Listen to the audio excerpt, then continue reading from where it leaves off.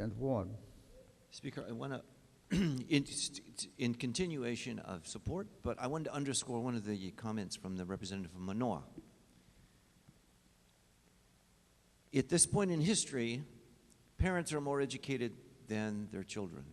As he pointed out how the cost of education has dampened down the educational level, Mr. Speaker, that's a very serious demographic. This state has older people more educated than younger people. The America that we knew always had its younger people more educated than the older people. So, Mr. Speaker, we have to really pay attention to the words of the gentleman from Manoa. We cannot expense out our youth by not giving them the educational opportunities. Secondly, Mr. Speaker, lest I sound too glowing of the budget, there is a very, very big flaw in this budget, which I failed to mention. We may be embarrassed as one of the 6 test sites for the unmanned space, test site for the unmanned aerial vehicles, UAVs. Some of them call them drones. I'm not going to call them drones. But that is an issue of the future of which we were honored by the FAA to say, okay, Hawaii, you and Alaska and Oregon can be one of the test sites for this national phenomenon.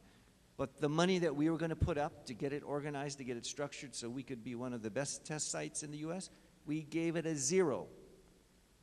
Mr. Speaker, that's a serious flaw that unless we come up with something, we're going to be embarrassed as one of the leading areas of aerospace for the future of this nation as well as the world. So, Mr. Speaker, I hope we can hereafter do something about that. Thank you. All right, thank you very much. Further discussion, members? Yes, Representative Fale. Mr. Speaker, I rise with some very, very small reservations. All right, please proceed. And those reservations stem not from this body. I think this body took the most fiscally responsible approach to the budget. My reservations, as those come from a similar position from where the chair of higher education expressed just moments ago. And Mr. Speaker, may I have the words of the chair of higher education adopted as if they were my own? Sure. Also, Mr. Speaker, my slight reservations rise from what our friends across the way did over in the Senate chamber, and also our friend on the 5th floor on what they did. Mr. Speaker, my biggest concerns were raised in what happened with the disproportionate energy and time and effort that the 5th floor took away from this body in regards to what happened with the Turtle Bay conservation effort.